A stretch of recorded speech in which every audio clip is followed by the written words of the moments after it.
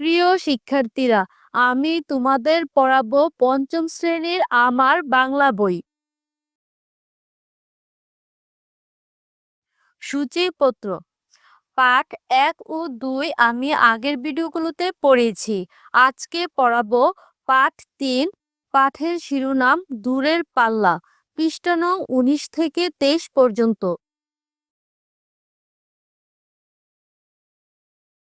পাঠ ৩। দেখো, আমরা একটি ছবি দেখছি। এখানে গ্রামীণ দৃশ্য দেখানো হয়েছে। দূরের পাল্লা কবিতাটি লিখেছেন সত্যেন্দ্রনাথ দত্ত।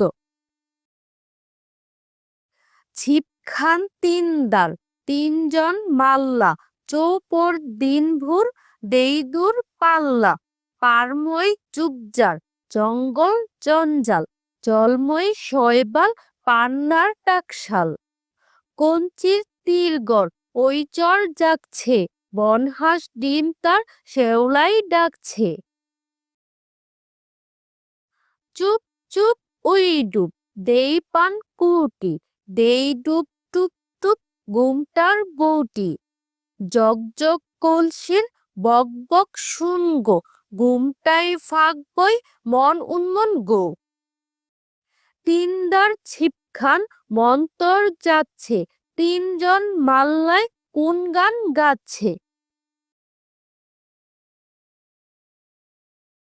শিক্ষার্থীরা, আমরা যে কবিতাটি পড়েছি সেই কবিতা থেকে তোমাদেরকে এখানে অর্থ জেনে নেওয়ার জন্য বলা হয়েছে।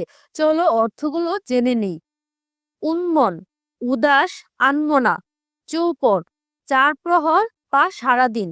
ছিপ, সরু নৌকা। জঞ্জাল, আগাছা। টাকশাল, টাকা তৈরির কারখানা। তীরগড়, নদীর তীরের গড়। দ্বার, বৈঠা। দিনভর, সমস্ত দিন। পারময়, পার জুড়ে। পানকুটি, পানকুড়ি পাখি। পান্না, সবুজ রঙের দামি রত্ন। মন্থর, দিরে। মাল্লা, মাঝি। অনুশীলনী। এবার দেখো একে কি বলা হয়েছে। শব্দ দিয়ে বাক্য লিখি। এবার এখানে তোমাদের শব্দ দিয়ে দেওয়া হয়েছে, সেইখানে সেই শব্দ দিয়ে বাক্য লেখার জন্য বলা হয়েছে। চলো আমরা শিখি। দিনভর, মাঝিরা দিনভর নৌকা চালায়। জঞ্জাল, নদীর দুই পারে জঞ্জাল দেখা যায়। শেওলা, পানির উপর শেওলা ভাসছে। মন্থর, ছোট ডিঙ্গি নৌকাটি মন্থর গতিতে চলছে। কঞ্চি, বাঁশের কঞ্চি দিয়ে ছিপ তৈরি করে মাছ ধরবো। এবার দেখো দুয়ে কি রয়েছে। সঠিক উত্তর বাছাই করে বাক্যটি পুনরায় লিখি।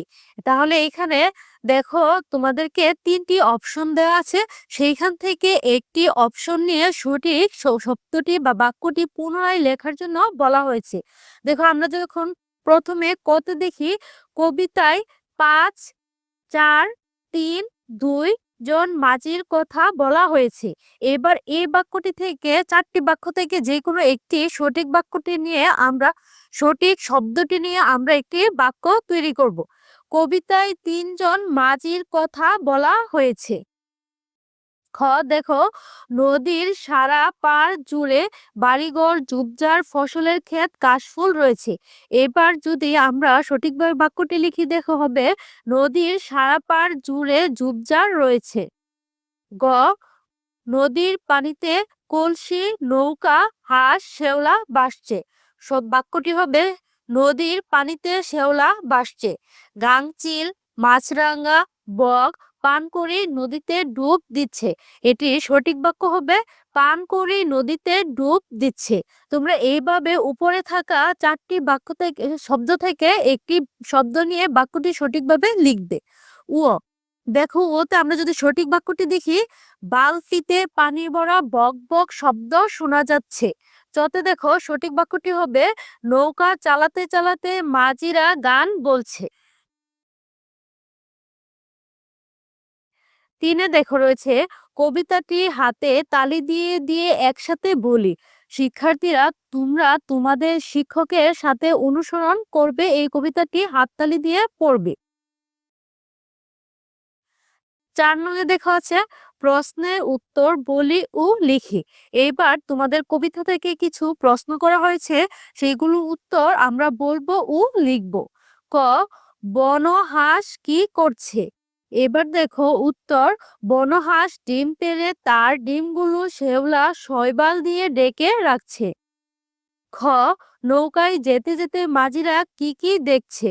উত্তর, মাঝিরা নৌকায় যেতে যেতে পারময় ঝোপঝাড়, পানিতে শৈবাল, কঞ্চি দিয়ে তৈরি তীরগড়, শেওলায় বনহাঁসের ডিম লুকানো, পানিতে পানকুড়ি ডুব দেওয়া, নদীর পাড়ে ঘুমটা দেওয়া গৃহবধূ এবং কলসিতে জল ভরা দেখছে।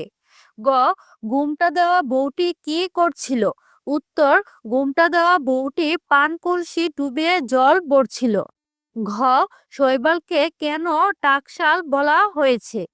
উত্তর, শৈবালকে টাকশাল বলা হয়েছে কারণ শৈবালের সবুজ রং মুদ্রার মতো দেখতে।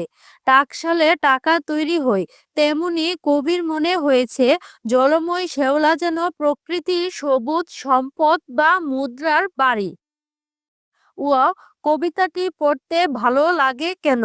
উত্তর, কবিতাটির সহজ সাবলীল ভাষা, শ্রুতিমধুর ছন্দ এবং বাংলার প্রাকৃতিক সৌন্দর্যের চমৎকার বর্ণনা, যেমন পাহাড়ের ঝোপঝাড়, জলময় শৈবাল আর বনহাঁসের ডিম পাড়া দৃশ্য ফুটিয়ে তোলায় কবিতাটি পড়তে ভালো লাগে। ৫ নঙে দেখো রয়েছে যুক্তবর্ণ খুঁজি, শব্দ বানাই। যুক্তবর্ণ আছে পাঠ থেকে এমন শব্দ বাছাই করি। যুক্তবর্ণটি ভাঙে ওই যুক্তবর্ণ দিয়ে আরেকটি শব্দ লিখি। এবার দেখো আমরা এই পাঠ থেকে কিছু যুক্তবর্ণ পেয়েছি, সেইগুলোকে ভাঙবো এবং সেইগুলো দিয়ে আমরা আরো নতুন শব্দ শিখব। প্রথমে রয়েছে মাল্লা। এবার দেখো মাল্লার যুক্তবর্ণ হচ্ছে লয় ল। এবার দেখো লয় লকে বাংলা হবে ল যুগ ল। এবার দেখো ল, ল সংযুক্ত ল এর শব্দ হচ্ছে উল্লাস। পাল্লা। এবার দেখো পাল্লার সাথেও আমরা পাল্লা শব্দটিকে লিখলে প্রথমে আমরা যুক্তবর্ণ পাই ল সংযুক্ত ল, যাকে বাঙালি হয় ল যুগ ল। এইবার ল সংযুক্ত ল দিয়ে আমরা যদি বাক্য শিখি তাহলে হবে আল্লাহ হল্লুর গুল্লা। প্রথমে দেখো রয়েছে জঙ্গল। এবার তোমরা তো জানো জঙ্গলের ও যুগ গ হচ্ছে যুক্তবর্ণ। এবার এটিকে বাঙালি হয় ও যুগ গ। এবার দেখো এই ও যুগ গ বা ওই গ দিয়ে আমরা যদি বাক্য শিখি তাহলে হবে মঙ্গল অঙ্গ বাঙ্গা। এবার দেখো রয়েছে জঞ্জাল। জঞ্জালের সংযুক্ত বর্ণ বা যুক্ত বর্ণ হচ্ছে ইয়জ। এবার ইয়জকে বাঙালি হয় ইয় যুগ জ।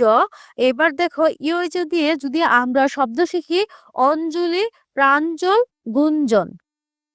পান্না। এবার দেখো পান্না শব্দটির সংযুক্ত বা যুক্তবর্ণ বর্ণ হচ্ছে দন্ত নয় ন। দন্ত নয় নকে বাঙালি হয় দন্ত ন যুগ ন। এবার দন্ত নয় ন দিয়ে যদি আমরা নতুন শব্দ শিখি অন্ন রান্না। এবার দেখো উন্মন। উন্মনের দেখো যুক্তবর্ণ হচ্ছে দন্ত নয় ম। দন্ত নয় মকে বাঙালি হয় দন্ত ন যুগ ম।